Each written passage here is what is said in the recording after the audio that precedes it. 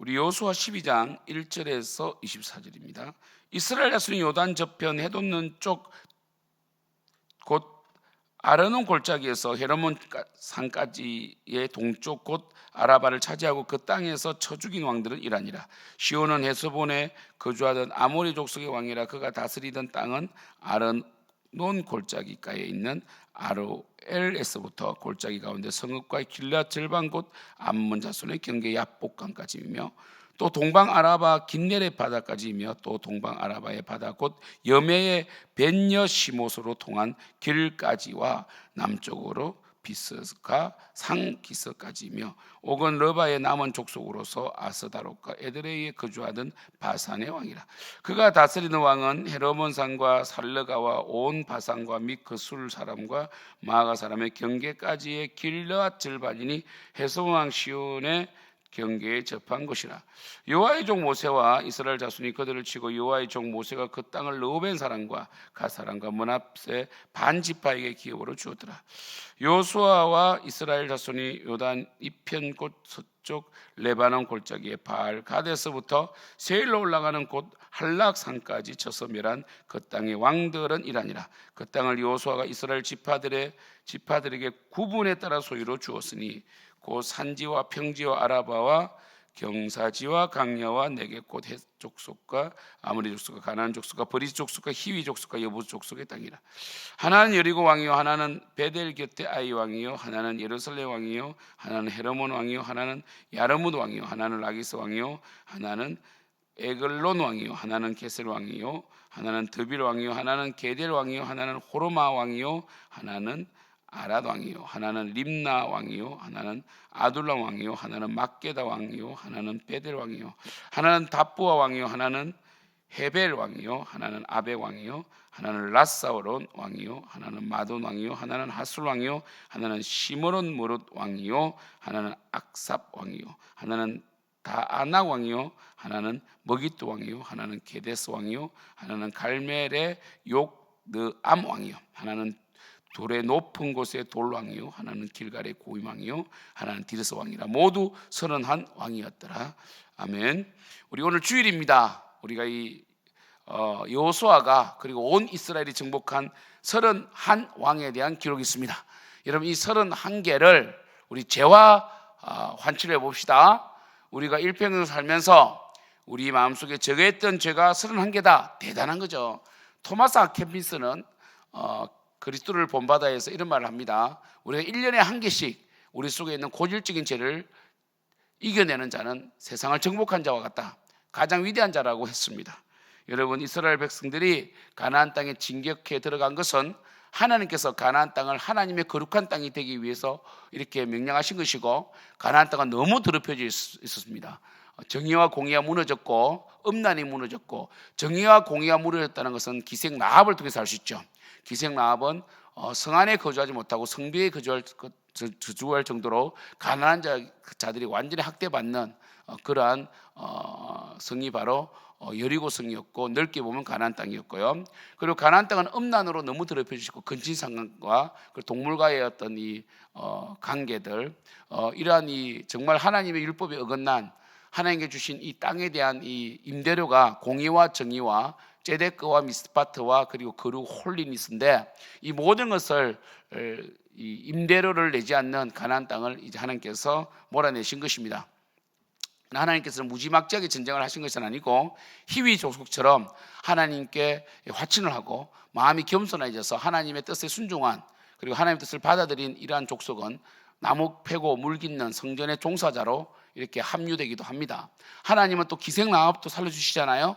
하나님 무조건 인종청소를 한 것이 아니라 바로 거룩에 대한 전쟁을 하셨고 특별히 이 거룩에 대한 전쟁의 핵심은 이스라엘 백성들이 여호수아와 하나가 되어서 하나님의 명령에 순종하는 데 있습니다. 성패가. 그래서 여리고성은 그들이 온 이스라엘 백성과 여호수아가 하나가 되어서 제사장과 하나가 되어서 쉽게 무너졌지만 아이성 전투 때는 아간이 범죄함으로 아간 가족이 범죄함으로 이스라엘 전체가 해를 받게 되고 그리고 이 36명이 죽게 되고 그들의 마음이 물처럼 녹게 되었고 오히려 이로 인하여 하솔라 야빈이라든지 남쪽에 이스라엘 이 왕인 아도니세덱이 힘을 발휘할 수 있는 이스라엘 별거 아니더라, 아이성에서 졌다 이래가지고 그때부터 전쟁이 좀 치열해지게 됩니다.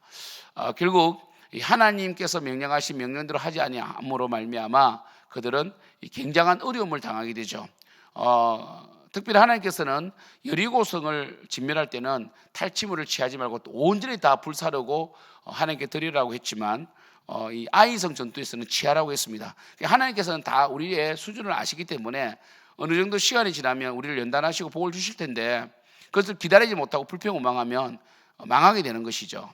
그리고 또 이 기브온 거민이 화친했을 때 이 여호수아와 족장들이 받아들여졌고, 물론 기브온 거민이 속였지만 하나님 앞에 맹세했기 때문에 그들을 진멸하지 아니하고 그들을 성전 종사자로 봉사자로 이렇게 받아준 것, 이것도 참 잘한 거고요.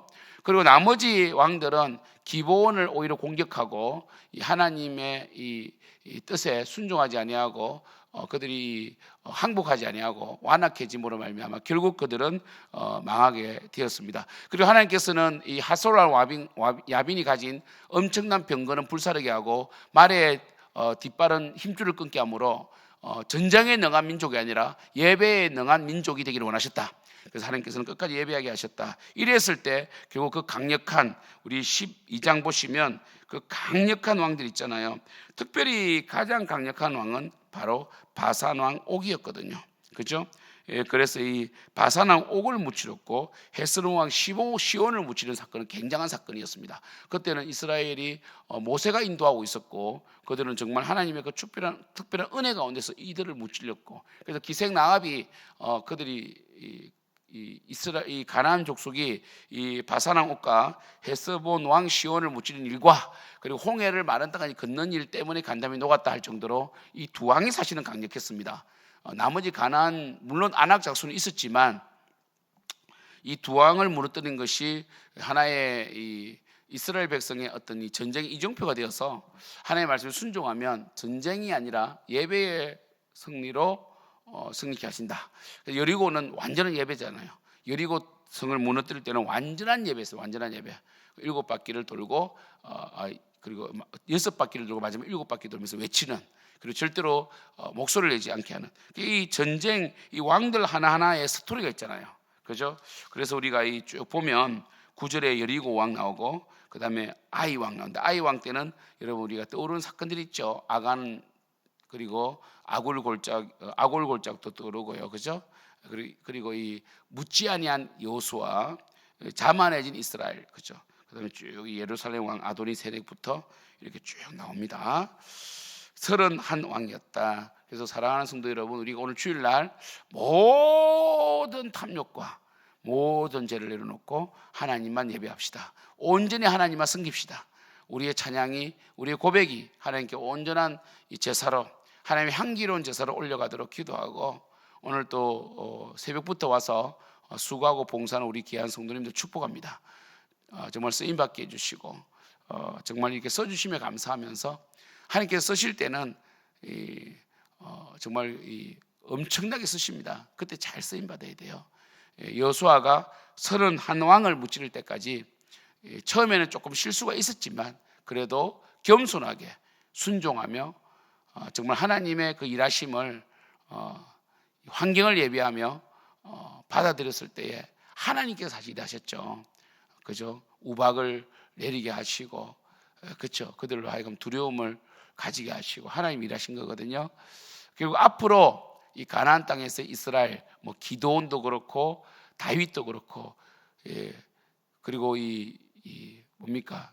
요나단도 그랬고, 뭐라고 그랬습니까? 요나단이 특별히 위대한 말을 했잖아요. 하나님의 전쟁의 승리는 숫자에 많고 적음에 달린 것이 아니다. 정말 이 이스라엘 백성들은 정말 이 거룩에 승리하면 모든 걸 승리했습니다.